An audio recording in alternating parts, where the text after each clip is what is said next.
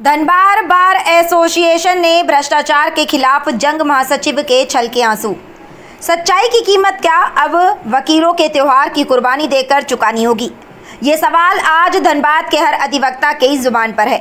Dhanbad bar association के महासचिव जितेंद्र कुमार द्वारा भ्रष्टाचार के खिलाफ किए गए खुलासे ने न केवल कानूनी गलियारों में हड़कंप मचा दिया है, बल्कि व्यवस्था की संवेदनहीनता को भी उजागर कर दिया है।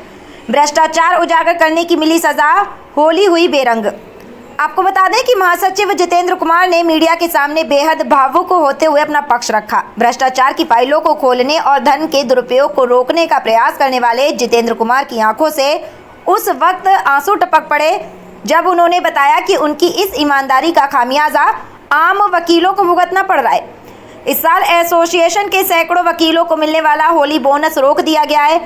महासचिव ने रुंधे गले से कहा कि मैंने भ्रष्टाचार के खिलाफ आवाज़ उठाई ताकि हमारे वकील भाइयों का पैसा सही जगह लगे, लेकिन आज मुझे और मेरे साथी वकीलों को ये परिणाम मिला है कि उनकी होली की खुशियां छीन ली गई। झारखंड सरकार और राजनीतिक दलों पर गंभीर सवाल। इस घटना ने अधिवक्ताओं के प्रति सरकार और राजनीतिक दलों के सौतेले व्यवहार को एक बार फिर बहस के केंद्र में ला दिया है। रिपोर्ट के अनुसार अधिवक्ता समाज के भीतर और बाहर से कुछ ज्वलंत सवाल उठ रहे हैं। सुरक्षा का अभाव। झारखंड में एडवोकेट प्रोटेक्शन एक्ट अधिवक्ता संरक्षण कानून की मांग वर्षों से लंबित है, लेकिन सरकार की चुप्पी वकीलों को असुरक्षित महसूस कराती है। वेलफेयर फंड में राजनीतिक दखल क्या? राजनीतिक लाभ के लिए बार एसोसिएशन के अतिरिक्त फंड और बोनस को मोहरा बनाया जा रहा है। जिम्मेदार कौन? भ्रष्टाचार के इन आरोपों के बीच राज्य बार काउंसिलिंग और प्रशासन की चुप्पी उन भ्रष्ट तत्वों को शह दे रही है जो संस्था को अपनी जागीर समझते हैं। अधिवक्ताओं में आक्रोश। हम चुप नहीं बैठेंगे। धनबाद के अधिवक्ताओं का कहना है कि ये केवल बोनस का मामला नहीं है, बल्कि ये स्वाभिमान की लड़ाई है। यदि एक निर्वाचित महासचिव को न्याय के लिए मीडिया के सामने रोना पड़ रहा है, तो आम वकील की स्थिति क्या होगी? वकीलों ने चेतावनी दी है कि यदि भ्रष्टाचार की जांच नहीं हुई और दोषियों पर कार्रवाई नहीं की गई, तो ये आंदोलन और उग्र होगा। न्याय की पैरवी करने वाले हाथ आज खुद न्याय के लिए खाली और आंखों में आंसू लिए खड़े हैं। धनबाद बार एसोसिएशन का ये विवाद केवल एक स्थानीय मुद्दा नहीं, बल्कि पूरे सिस्टम की शुचिता पर एक बड़ा प्रश्न चिन्ह है। जोशी न्यूज़ की नरेंद्र जोशी की खास रिपोर्ट।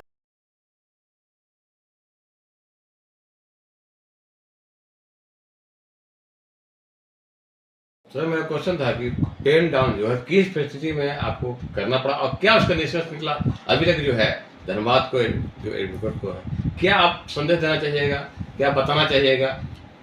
देखिए, पेन डाउन हम लोगों की व्यवस्था हो गई, ऐसी परिस्थिति हो गई कि हम लोग के एग्जिस्टेंस को जुडिशरी और एडमिनिस्ट्रेशन के द्वारा डिनाय किया जाना, डिनायल मूड में दिखे हमको। हम लोगों ने पेन डाउन का निर्णय जीवी में लिया था और बड़ा अच्छा तरीके से प्रशासन पर बहुत दबाव भी पड़ रही थी। प्रशासन पदाधिकारी लगातार हम लोगों के पास, हम लोग के बार स्टेशन में आ रहे थे वार्तालाप करने के लिए। इसी बीच हमारे कुछ जो उपद्रवी साथी हैं वो हॉस्पिटल का ताला तोड़ दिए, तो मारपीट कर लिए ड्राइवर के साथ, जुडिशरी की गाड़ी को रोक के गाली गलौज करने लगे, रजिस्ट्रार को गाली गलौज देने लगे, ढेला पत्थर अस्पताल परिसर में चलाने लगे, कोई हथौड़ा लेकर के आने लगा, कोई सब्बल लेकर आने लगा। मुझे तो जानकारी है कि कोई अधिवक्ता बम लेकर करके आया। ऐसी परिस्थिति पैदा हो गई थी। फिर भी अधिवक्ताओं की एकता का और सामूहिक नेतृत्व का एक जीत है कि पहली बार in the history of bar association प्रशासन ने लिखित रूप से अस्थायी पार्किंग और स्थायी पार्किंग का लिखित रूप से दिया है। ये आज तक आप बार एसोसिएशन के इतिहास को जान लीजिए तो एडमिनिस्ट्रेशन के द्वारा लिखित रूप से कभी बार एसोसिएशन के एग्जिस्टेंस को स्वीकार नहीं किया गया। पहली बार बार एसोसिएशन के लिखित रूप से स्वीकार करते हुए आप देखेंगे अस्थायी पार्किंग रणधीर वर्मा चौक से दोनों साइड में दिया गया और अस्थायी पार्किंग का आश्वासन दिया गया। तो ये बहुत बड़ी जीत है अधिवक्ताओं का एकता का। कुछ विरोधी हैं जो अपने चश्मे से देखने का काम करते हैं, विरोध करना है उनको तो कुछ भी बोला करते हैं। तो बार एसोसिएशन को मैं हमेशा विश्वास दिलाने का काम करता हूं कि जब भी आप लोगों ने भरोसा रखा है तो पूरी निष्ठा, ईमानदारी और समर्पण के साथ बार एसोसिएशन को आगे ले जाने का काम करता रहा हूं और आगे भी करता रहूंगा। जितेंद्र कुमार, महासचिव धनबाद बार एसोसिएशन और प्रत्याशी JSBC जो आगामी चुनाव होने वाला है 12/3/2026 को, उसमें मेरा सीरियल नंबर 28 है। तो मैं धनबाद बार एसोसिएशन के अपने परिवार के सभी अधिवक्ताओं साथियों से मैं हाथ जोड़ कर निवेदन करूंगा कि इस भाई, दोस्त, भतीजा को काउंसिल में भी धनबाद बार एसोसिएशन का आवाज़ बनाने का काम करें क्योंकि यहाँ के जो भी प्रत्याशी जीत करके गए थे पूर्व में, वो गोवा और दिल्ली घूमने के अलावा धनबाद बार एसोसिएशन के हित के लिए आज तक एक भी काम नहीं किए। धन्यवाद। को जो आप अपने से क्या संदेश देना चाहते हैं इस बात? देखिए, अधिवक्ता परिवार डबल ग्रेजुएट परिवार है, शिक्षित परिवार है, समाज का मोस्ट इंटेलेक्चुअल कम्युनिटी है, सभी लोग समझ रहे हैं और देख रहे हैं। बार एसोसिएशन को बहुत मेहनत कर करके पिछले 2 कार्यकाल में हमारे माननीय अध्यक्ष पूर्व के रहे हैं अमरिंदर साहब के दिशा निर्देश पर सहयोग से बार को मैंने बहुत मेहनत करके बहुत आगे लेकर गया। लेकिन इधर 6 महीना का कार्य अवधि देखिएगा तो सिर्फ तोड़ो और जोड़ो के नाम पर लूट खसोट की परिपाटी स्टार्ट हो गई है। अधिवक्ता समुदाय देख रहा है, समझ रहा है। देखिए, दुर्भाग्य कैसी होती है, स्टाफ को होली का सैलरी नहीं मिला, बोनस नहीं मिला।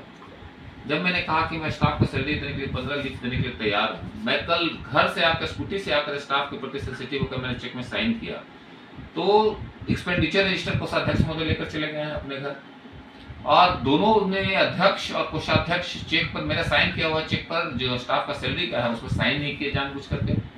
तो इस टाइप की परिपाटी चल रही है बार में। अधिवक्ता लोग सब देख रहे हैं, समझ रहे हैं कि पिछले 4 साल का जो मेरा कार्यकाल रहा है, मेरा काम और व्यवहार बोलता है, वो लोग देख रहे हैं, समझ रहे हैं।